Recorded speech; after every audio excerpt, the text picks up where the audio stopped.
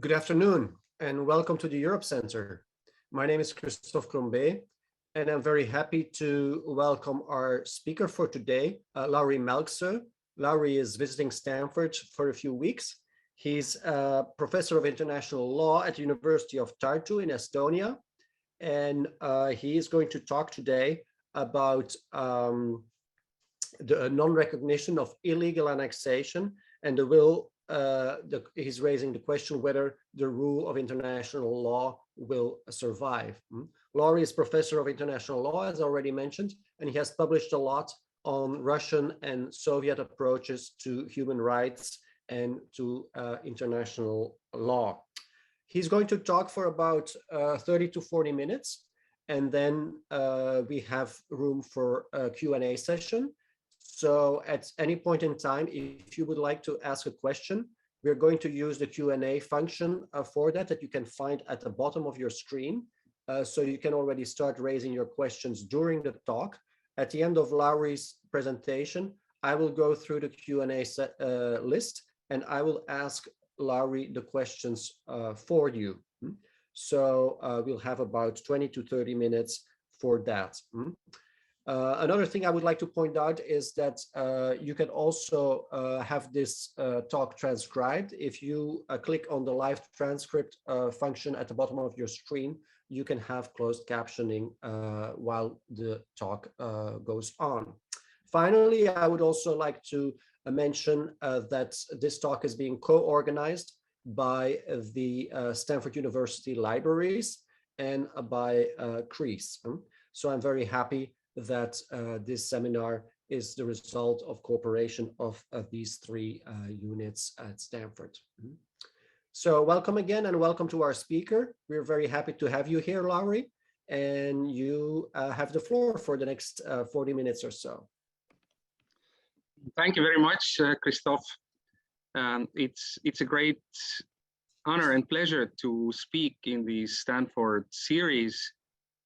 Like the rest of the world, Estonians share a fascination with Silicon Valley and therefore also Stanford, but in our field, specifically international law as related to Soviet Union and Russia, there's some interesting history concerning Stanford. Namely, one of the things that Hoover looked at during the Cold War were Soviet treaties. There was a major project by Triska and Slusser, and they try to understand, why do Soviets conclude treaties, and do they then respect these treaties? So it's a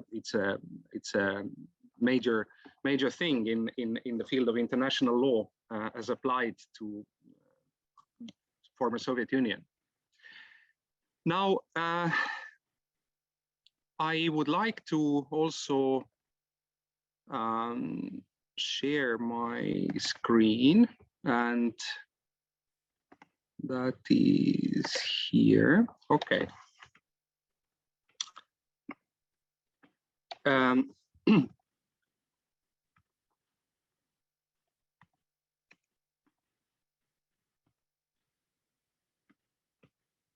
Interesting. I couldn't make it work. Just a second.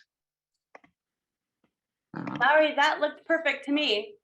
Yeah, but it didn't start going. I wanted it. Okay. So it's of course a great time to speak about non-recognition of illegal annexations because again we have in Europe, concerning Europe, talk about the possibility of military conflict, and it's very interesting to see in media how basically there's a lot of discussion about what will Russia decide to do against whom, and also what should be the response to it, economic, political, military. All media is filled with these questions right now for those who are interested in international relations. And as international lawyer, one one a little bit gets this déjà vu feeling almost the months before the Iraq war in 2003. Of course, at that time, as the acting states were the Western nations, the United States, then there was a very intense debate about legality. You know, can one use force against Saddam Hussein's Iraq? And it is now this question of legality somehow is a little bit at the background almost. It's like it is on the one hand assumed that you know, obviously a nation like Ukraine is a sovereign nation, so it would somehow violate international law if another nation would go against that country, but it's a little bit as if we would have entered the phase in world politics as if this would already be somehow secondary, or it's not there. We are a little bit almost like beyond this question, you know, can they actually do it? I mean, not militarily, not politically, but also legally. And this says a lot about, well, not only about security, but also about the current situation with some of the central norms in international law that were established in 1945, especially the prohibition of the threat and use of force.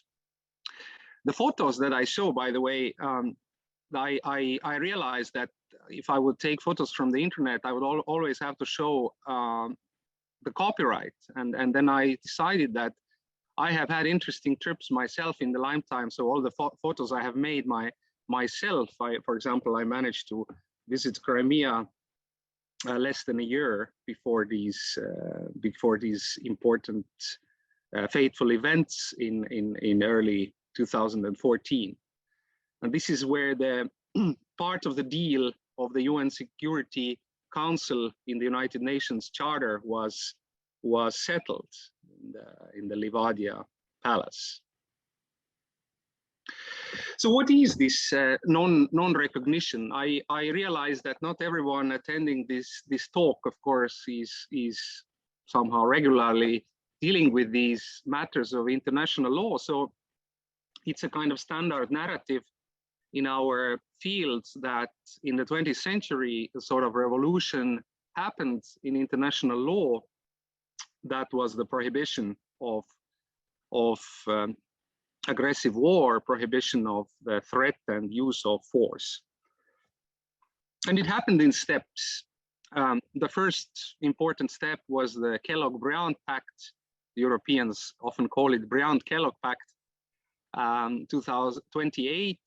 And of course, a more advanced version of this was the United Nations Charter from 1945. So when the Kellogg-Briand Pact, in that one, states gave up war as a means of national politics, kind of in a way made outright war illegal. Then this notion was extended in the UN Charter to another formulation, threat and use of force. And by that was meant military force. And the Soviet Union had an important side history to that. It was not initially invited to the Kellogg-Briand Pact, but then in the so-called Litvinov Protocol, the Foreign Minister Maxim Litvinov, the same obligations were extended to East European countries. Also after the Kellogg-Briand Pact, the Soviet Union concluded even a treaty defining aggression, which was quite extensive. It was a regional treaty. So these two treaties are universal ones, but there are important regional antecedents to these universal treaties. And once you establish this kind of rule in international law, there's immediately the question, so, but what shall we do if someone still does use force and, for example, annex territory? And after the conclusion of the Kellogg-Grant Pact, the first time it came up was with Japanese project of Manchuria in China, and the US importantly shaped the non-recognition doctrine. It was the Stimson doctrine in 1932 vis-a-vis Manchuria, not recognizing it as an independent state, considering it a Japanese puppet state. And later, and here is where the Baltic States come in play, the Sumner-Wells Declaration in the summer of 1940, when the Soviet Union took over the 3 Baltic states. The US said that this was done in violation of treaties and cannot be recognized. And basically, from the Cold War period, there is important practice on non-recognition, how it has entered in the norms of international law is in International Law Commission's articles on state responsibility, consequences of serious breaches of obligations, where it says that no state shall recognize as lawful a situation created by a serious breach, nor render aid or assistance in maintaining that situation. Use of force is classically, prohibition of the use of force is considered classically such a peremptory norm, which means in international law, a norm against which you cannot conclude another treaty, for example, saying that we are gonna attack the third state or I don't know, divide it amongst ourselves. So once you decided that threat and use of force are illegal, then non-recognition of annexations or generally territorial changes that are carried out illegally is then one of the obvious responses.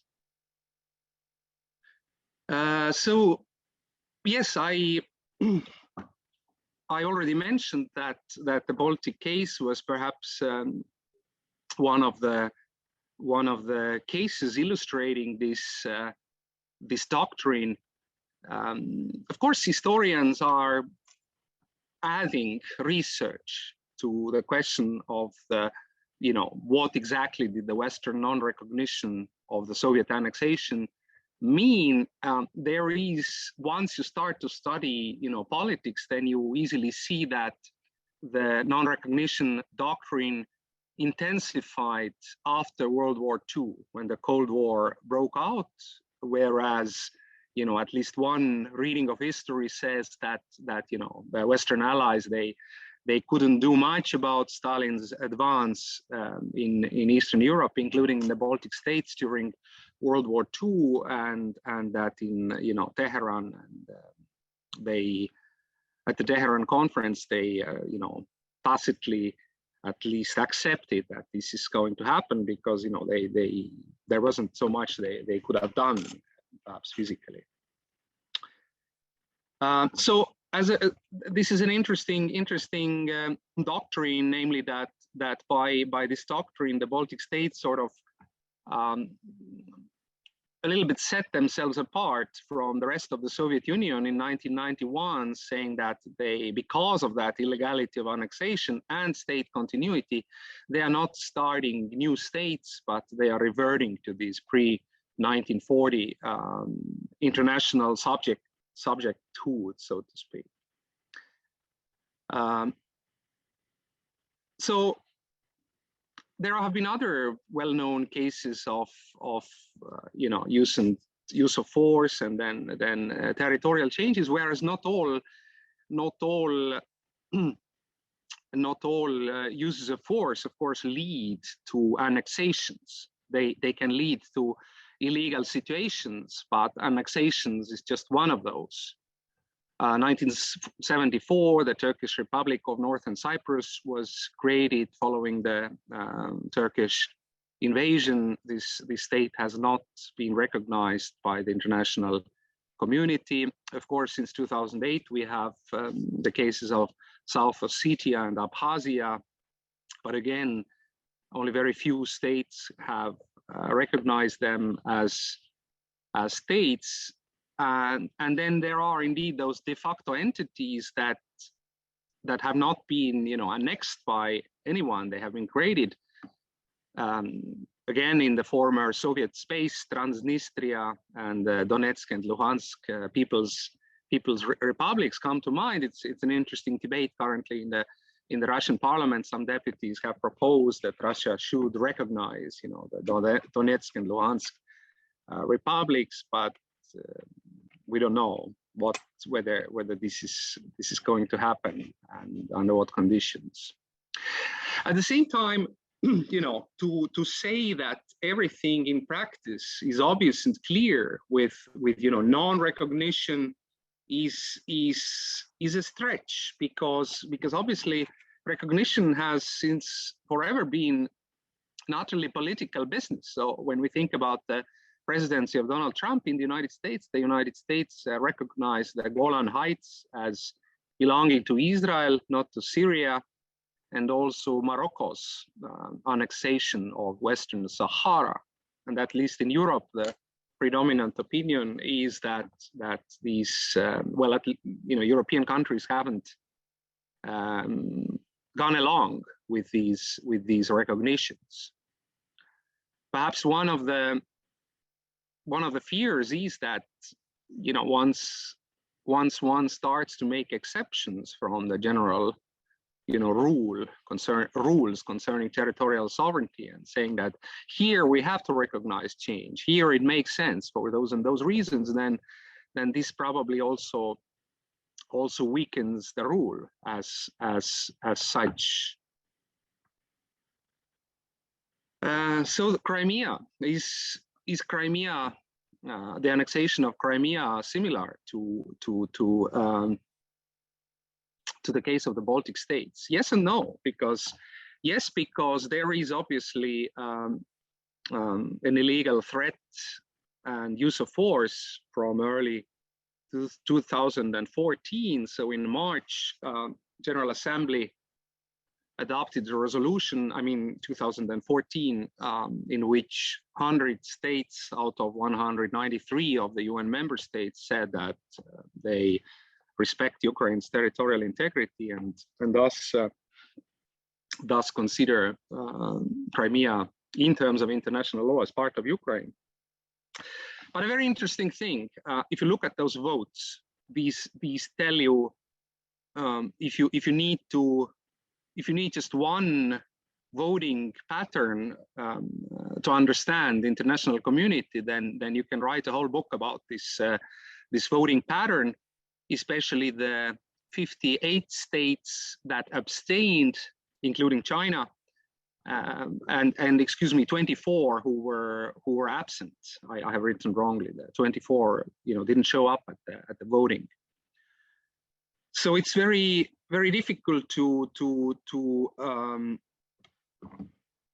say that it is on the one hand this most fundamental rule, jus cogens, but not everyone speaks up, and there are various reasons for that. I think the main reason, obviously, is that the bigger the country, the more important the country that might do such a thing, the more into trouble you might get when you annoy this big country. And I think this explains this voting pattern. Nevertheless, a majority of states said that it was illegal. And so what is the difference then? I think the difference is that when the Soviet Union in 1940 took over those previously bourgeois Baltic states, there was, even after World War II, there was an armed resistance. It was obvious that only through force could the Soviet power be introduced and maintained. The guerrilla war, the so-called Forest Brothers, and at the same time, Russia is saying that, but look, most people in Crimea, they prefer to be under Russia rather than under Ukraine. So what can you do about it? So in a way, it's a self-determination of Crimeans argument. And I think that it is a legally rather weak argument, because Russia, for one, has overall not been a fan of self-determination principle in international relations. Recently, its own constitutional amendments from 2020 explicitly prohibit any kind of secession, and President Putin said that this was one of the mistakes that the Bolsheviks made by basically allowing too easily self-determination. But it is a sort of argument on the ground, because especially in the Western, it's a competing argument to the illegality of the use of force, because especially in the West, international law has been made all about people. Yeah, the Western doctrine emphasizes democracy, human rights. So it is in a way, if there is no open resistance, but rather you get people telling to cameras, we don't know whether the conditions, how they say that, but that they support Russia, then these are also parts of the facts on the ground. But perhaps I should take a step back here, and also, especially as we are not in the company of international lawyers. So what is this international law that is the benchmark for evaluating such a conduct here? When we don't pay to our landlord, we will get a problem with law. We want to avoid that if possible. And yet it is somewhat different in international law when great powers clash. And this is an old debate. In the 1830s, an English jurist, John Austin, even said that international law was law not properly called so, but rather positive morality, because of this lack of police, lack of sanction. It really depends on the time when people look at international law. In the 1990s, NYU professor Tom Frank that said that international law has entered post-ontological stage. We no longer ask what it is, which again may have reflected this optimism of the 90s. Another Manhattan professor from Columbia University, Louis Henkin, said this funny sentence: almost all nations observe almost all principles of international law almost all of the time. But of course, this is a bit like an anecdote, because what happens, there are actually 3 qualifications in this sentence. And what happens in those cases when this one nation, this one time, does not recognize its obligations. And we can look at this prohibition of the use of force, of the threat of force, and the corresponding obligation of non-recognition of violent territorial changes as a relatively recent phenomenon in international law. And because in a way, especially in 1945, the winners of the war, the Allies, they were interested, and the Soviet Union had a major interest in that, in sort of freezing also whatever they could gather, because the Soviet Union managed to extend its territory compared to the pre-World War II situation, and it remained a major preoccupation with for example, the Helsinki Final Act in 1975 was partly all about those borders and their legality in particular. In Europe, at least, a much older principle in international law and politics, of course, was balance of power. And somehow, on the one hand, the British idea that they would side against the state on the European continent that would become potentially hegemonic, such as historically France, and then later, since the late 19th century, Germany. But also, balance of power has served as a sort of excuse that if power changes, a party becomes more powerful, they have certain expectations for this to be recognized. And I think Putin in Russia is kind of behaving like that, based on this idea that Russia's power now is different than, for instance, in the 90s. So what else went away from Russia, you know, not fully legitimately from today's Russia's perspective. But this balance of power, in that sense, can also serve, of course, as a sort of argument or pretext for revisionist powers, people who are, or countries who are not satisfied with what they got in the previous power arrangement. So the situation in international law in Europe, or when we are talking when on the top level, NATO and Russia are talking, it's also really how do the changes of the end of the Berlin Wall, the collapse of the Soviet Union in '91, and NATO East enlargement subsequently, how do they relate to international law of 1945?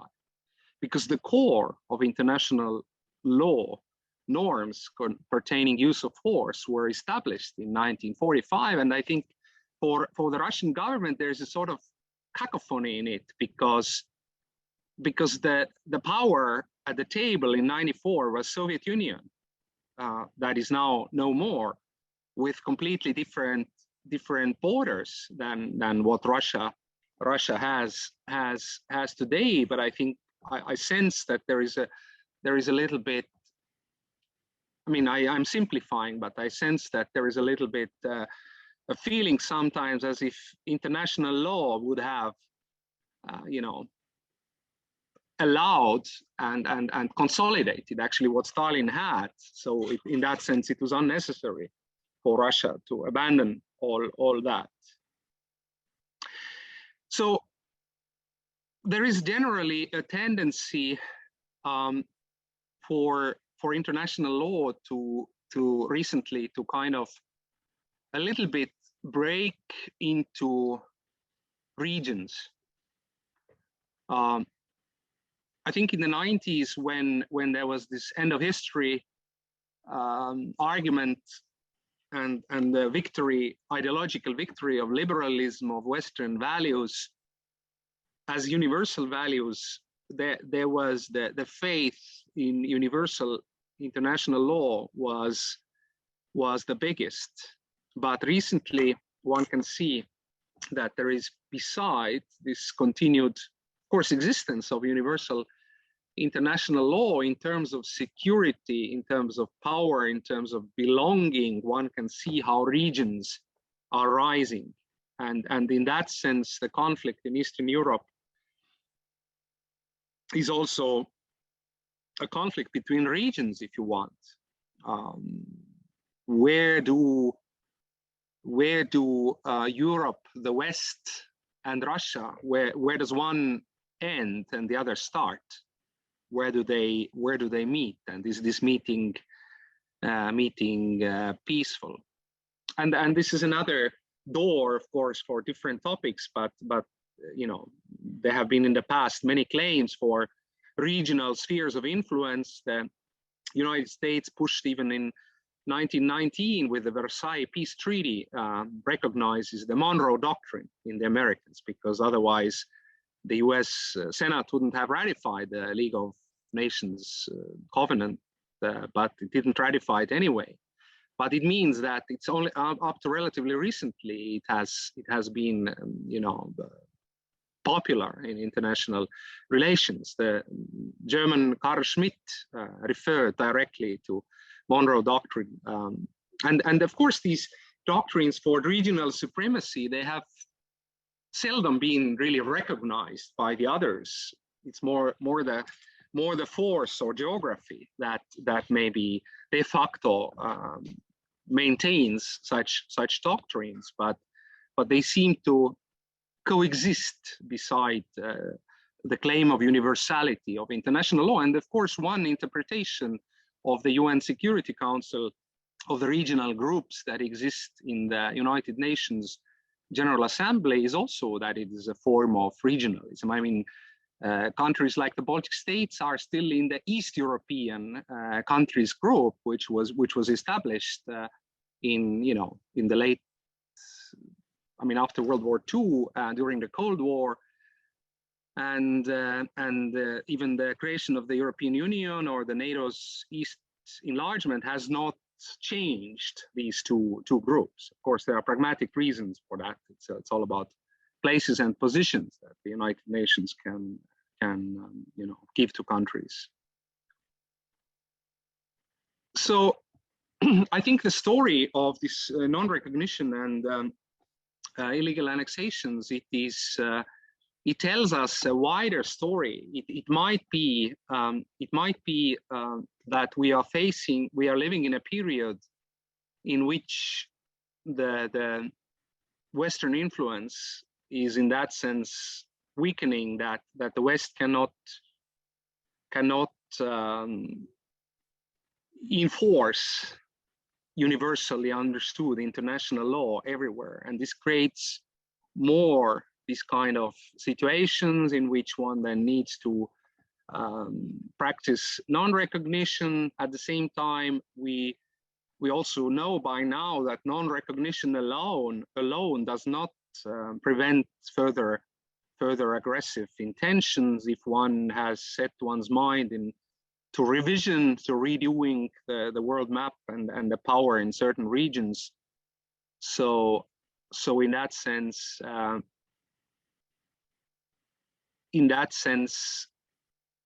on the one hand, the question is will non-recognition be enough when facing kind of aggressive intentions to redraw maps or revise the geopolitical situation? So we, in that sense, they live in a very, very interesting time, and we will probably know more about it if we would do the same talk in 1 year's time. So thank you. I will now stop sharing, and I'm ready to have a conversation with you. All right. Thank you very much, Lauri. So we can have a Q&A session now. So feel free to enter your questions using the Q&A function, as I mentioned, at the bottom of your screen. I see there's a couple of people who have already listed their questions. I will start the session by asking a question of my own, which is actually, I noticed, related to a question that is being raised in the audience also. So I'm not a lawyer. I'm an economist by training and do mostly political economy. So I'm a little bit of a political scientist. So from sort of a practical perspective, the question that I have is what the practical impact is of something like a non-recognition of an annexation of a certain territory. So suppose that Putin does invade Ukraine again and take some more territory. I would guess then one of the consequences would be, but you can elaborate on that, that there would be some UN meeting, and there would be a resolution that would probably be approved, even though I guess with Russia being in the Security Council, I don't know exactly how that will work, but so let's say a large number of countries condemn the annexation and the invasion, and maybe an annexation if there is one, and don't recognize it. What is the practical impact of that? What has been the practical impact of the international community not having recognized the annexation of Crimea? Was there a real impact for countries like Estonia during the Cold War? Was there an impact of the fact that the West had not recognized the Soviet occupation of Estonia, for example? Was Estonia in a better position vis-a-vis the international community than Belarus was, for example? So that is sort of, from my perspective, one of the questions that I have. So I was wondering whether you could elaborate a little bit about that. Thanks. That's a very great and useful question, because really, what does non-recognition even mean? Mm-hmm. Right? And this is constantly tested in practice. Well, for example, in the case of the Baltic States, so let's say the UK would have consul general in Leningrad, and he or she would not make, let's say, official visits to the Baltic States. Mm-hmm. I mean, it's really, it's more like a politics of symbols. Mm-hmm. And of course, some of it will be used retrospectively, more, because it didn't mean that when, for example, I don't know, a Soviet Estonian scientist got a chance to visit, I don't know, UK. It probably happened very rarely during Cold War, but then they still would have to go through this consulate, but they, they would avoid these happy photos from Tallinn, Soviet and British representatives shaking hands. Yeah. But it was a debated question. In the early 80s, the Soviets invited, there was a military maneuver in Lithuania, and they invited the British to observe this military maneuver. And then there was later on, a kind of question, debate even in Britain, should they have gone there? Is this a kind of recognizing once you go there? What does non-recognition even mean? In our time, it also extends to various questions concerning, sanctions regarding private companies. So for example, the idea is that you don't, private companies should not sell or make profit from investments to those contested areas, the annexation of which has not been recognized. But after 2014 and Crimea, there was a sort of scandal with Siemens, who had sold turbines to Russia. It was told that they will be used in Russia, but of course, then they ended up in Crimea. And there was, there was also a debate. Should they have actually known? Did they, but they were told that they will be used in Russia proper. It always does raise questions, but the main difference really is that if you follow, for example, Russian media, you can see sometimes news that this and that, either far right or far left, for example, French politician has visited Crimea. And that is a bit like, they emphasize that because they want to show that, the isolation or the sanction is not absolute. But the reason why they also emphasize that is that you don't see actually the French president going there. Mm-hmm. And that is what non-recognition means. You get only certain individuals from political fringes, so to speak, to say that I have a different opinion. Mm-hmm. Well, Estonia and Belarus, I think in the case of the Baltic States, actually, this state continuity doctrine, the Soviet annexation doctrine, enabled these nations politically. This is the political effect of this doctrine, to basically become the only ones in the former Soviet Union who managed to actually, fully integrate with the West, or kind of in that sense, determine themselves what they want.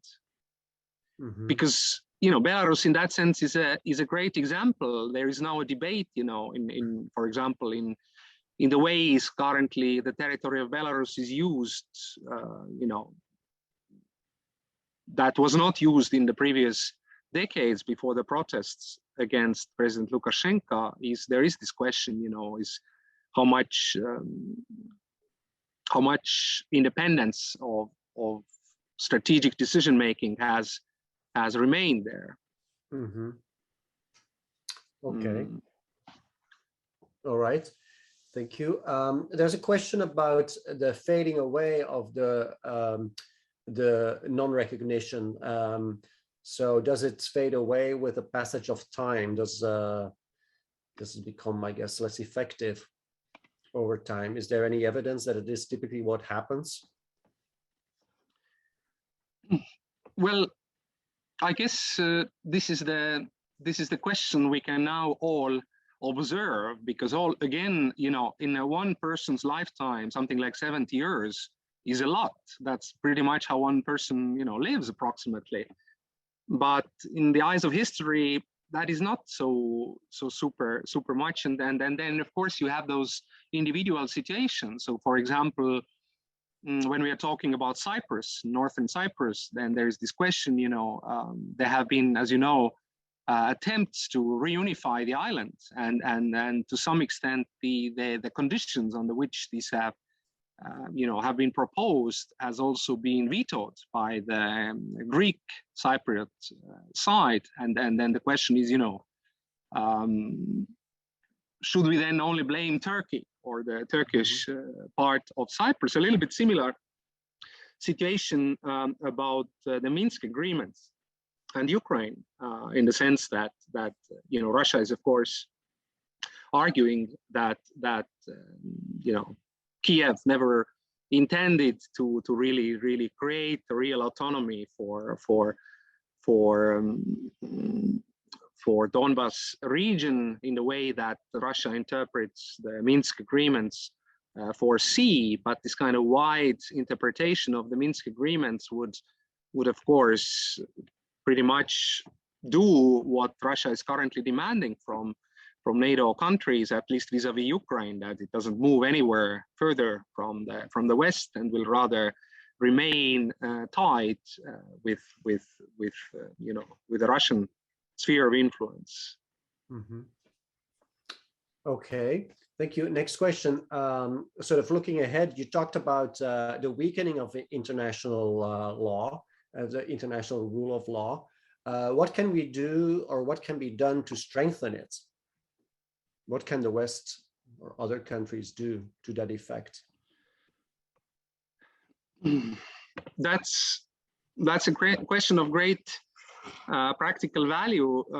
Well, the tiny minimal thing what we can do, at least international lawyers, is to also try to, you know, seize the floor and say that, come on folks, it's not all about strategy and who can conquer what, but it's also that, you know, the United Nations Charter doesn't allow attacking another country. We should continue talking about this. We should remember that, and treaties do not, in that sense, become old with time. Nobody has, you know, cancelled the United Nations Charter.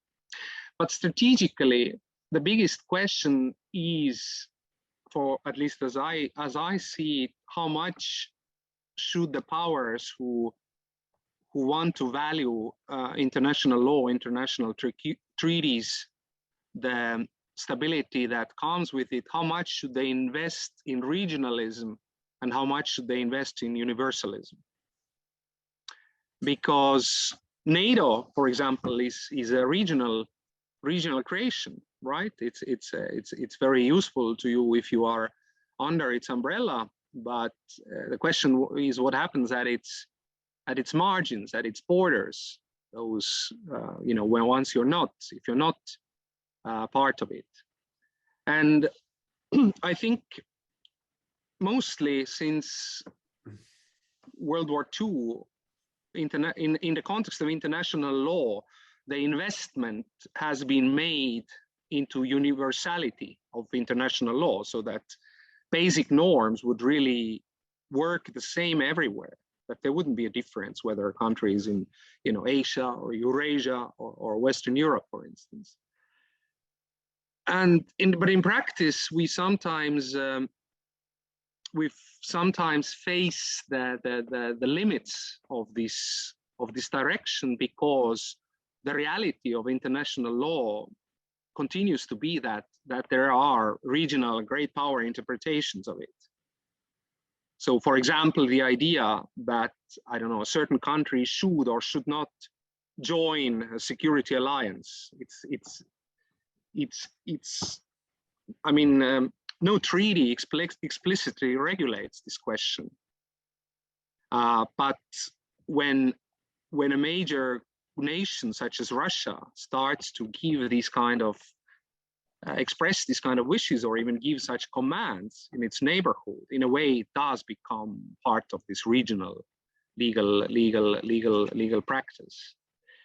But the bottom line seems to be clear that you know, international law is for sure universal in the sense that in the context of the UN Charter, it ensures to each nation the right to sovereignty and territorial integrity. So we should, I think we should also keep saying that.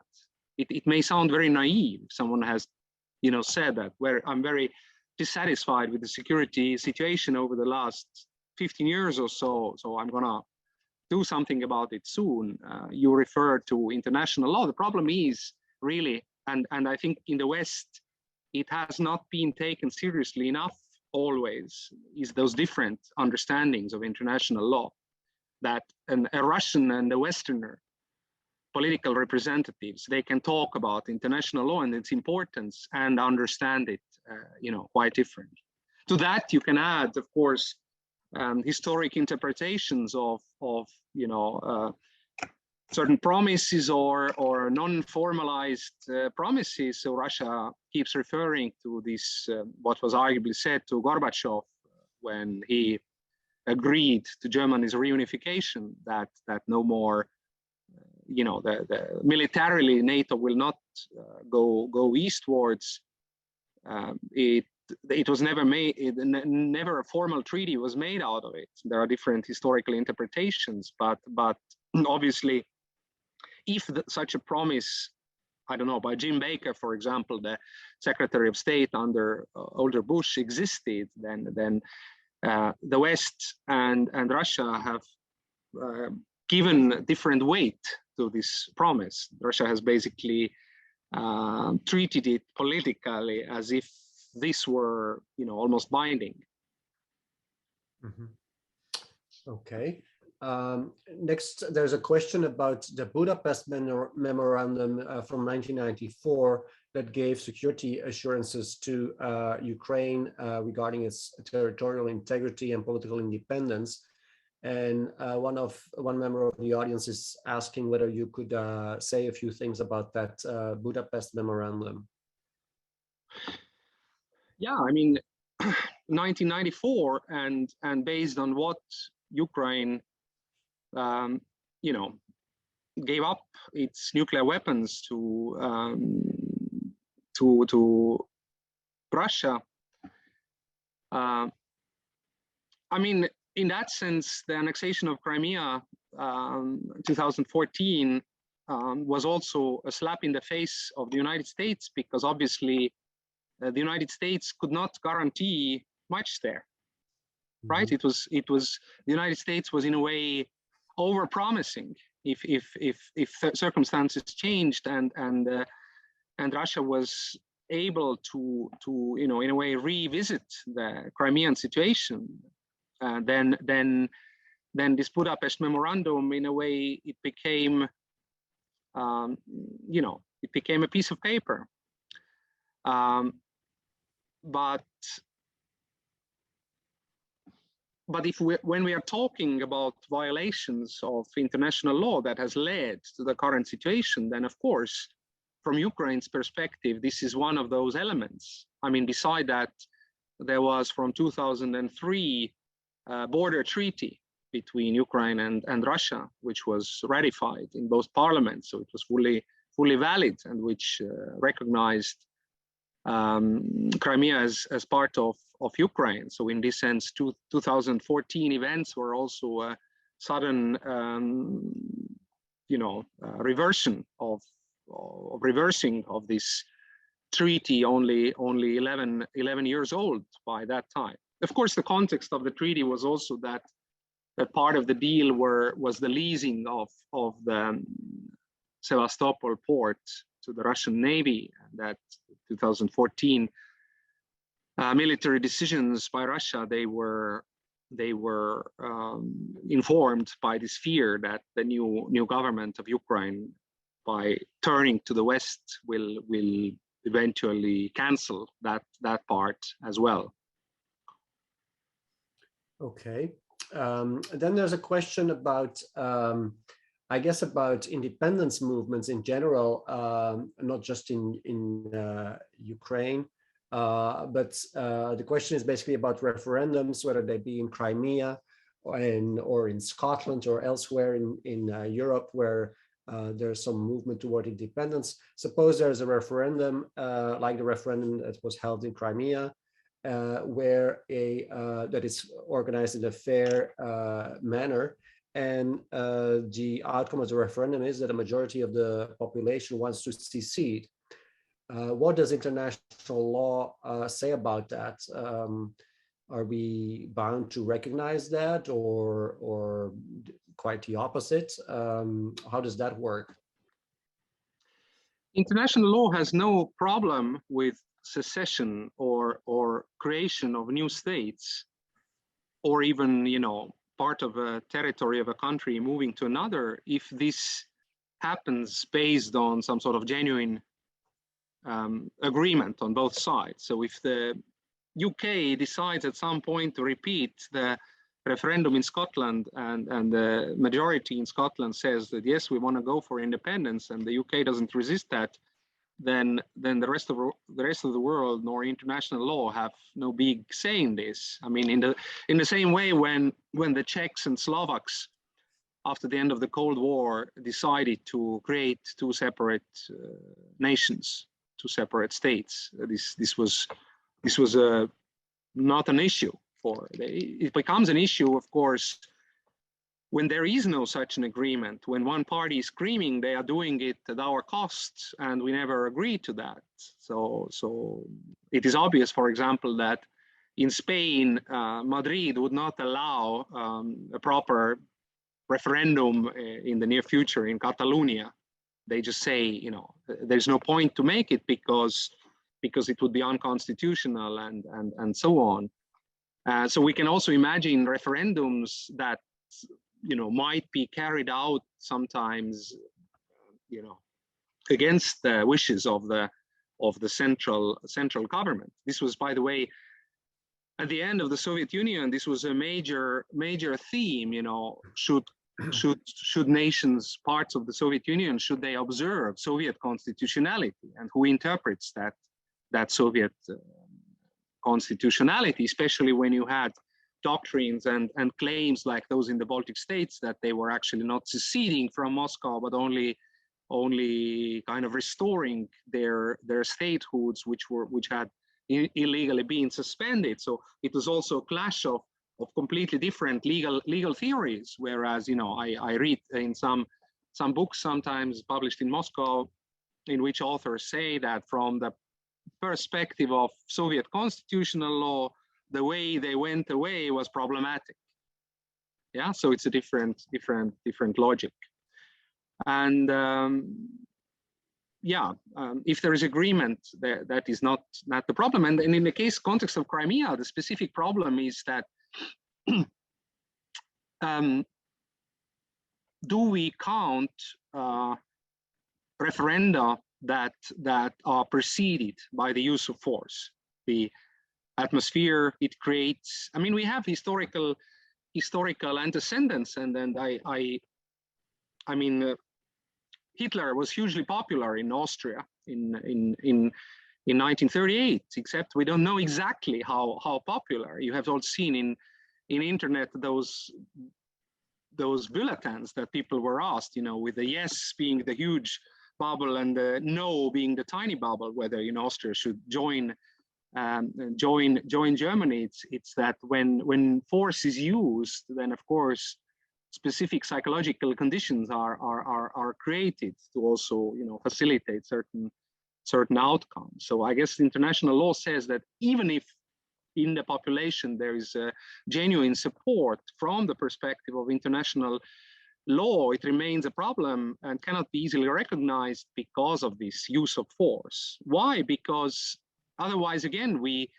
open gates. We open gates to if we think that actually, you know, certain parts of population in another country would equally like it to be part of another nation, then you know, it opens gates to the use of force. And I think international law tries to avoid that. Mm-hmm. Okay, then there's a question, I guess, from one of your fellow compatriots. I guess a question that a lot of people are asking themselves, not only in the Baltic states. Suppose that Putin gets away with invading and annexing yet another part of Ukraine. Is there any reason for concern for people in the Baltic states that he may try to do something there, something similar there? And does in connection with that, does the fact that Estonia and the other Baltic states are members of the European Union and of NATO, does that really protect them to a larger degree than Ukraine can feel itself protected? Well, first, there was this interesting press conference yesterday or the day before yesterday of the US president, in which he talked, media discussed it a lot, about minor incursions, right, in Ukraine. So it is important to keep in mind that these minor or not so minor incursions already have happened since 2014. It was never a genuine secession only based on, you know, local people's wishes, but it was an outside intervention, and those de facto separations of those territories in Donbass, as well as the annexation of Crimea, were a result of that. So if now one would add to that, for example, the bridge, the land bridge to Crimea, or whatever is the strategic desire might be, then legally, you know, it almost doesn't change, in the sense that I dare to say that the aggression already started in 2014. Now, the Baltic states and Russia is a bit different story, I think, because it's fascinating how President Putin has repeatedly said that Ukrainians and Russians are essentially the same nation. You know, it's their argument. It's what they seem to think, or at least say. They never say that about the Baltic states, and they know, they know about the history of the 20th century. I think I also know, many Russian intellectuals who are willing to admit that several things went wrong in the Soviet history of the Baltic states. Their takeover, there were repressions, all that. I don't see why Russia would need the Baltic states for the Baltic states' sake, because then it would have to start to deal with hostile population. Yes, some people would escape to the West, but not everyone would. There would be obviously military resistance. However, there is always this possibility that if the game is bigger, if the game is between, let's say, the United States and NATO, and United States, NATO on the one side, and Russia on the other side, then it could simply become one of the theaters to make a point against the Americans, to make a point against NATO, for example. The small incursions, theoretically, it could also be, I don't know, Hamlet in Latvia or in Estonia, right? If you want to make a strategic point somehow. But what I understand from our security analysts is that they, at least in the present stage, this is not considered as a likely scenario. And I in that sense, it could be a wishful thinking, right? It could be that the Balts say that, oh, we're different from Ukraine, but maybe they're not that different. But what we know, of course, from those demands that President Putin made was that NATO forces from other countries should not be in the former Soviet territory. right? And here again, we come back to these different interpretations of the Baltic history, because from the perspective of the Baltic states, they never voluntarily became part of the Soviet Union. It was actually an act of illegality that they did. From Russia's viewpoint, these places are very close to cities like St. Petersburg, for example. Even in the United States, I think Newt Gingrich repeated this, saying that Tallinn was a banlieue of St. Petersburg, strategically, a suburb. All right. Well, thank you very much. I'm afraid we've come to the end of the talk. There are several questions left in the Q&A box, but we've run out of time, unfortunately. So thank you very much, Lauri. This was really very interesting, and we're very happy that you will be spending a few more weeks with us here at Stanford. We are going to have our next seminar, the Europe Center, that is, will have its next seminar 3 weeks from today. And then we will have a series of talks pretty much on a weekly basis till the end of winter quarter. 3 weeks from today, we will have another visitor who's here for a few months, Maciek Poc. He will talk about religion and politics on Thursday, February 11, that is. So thank you very much, Lauri. Thank you very much for the audience, for your presence here and your questions. And I look forward to seeing you back in the next few weeks. Thank you. Thank you and bye.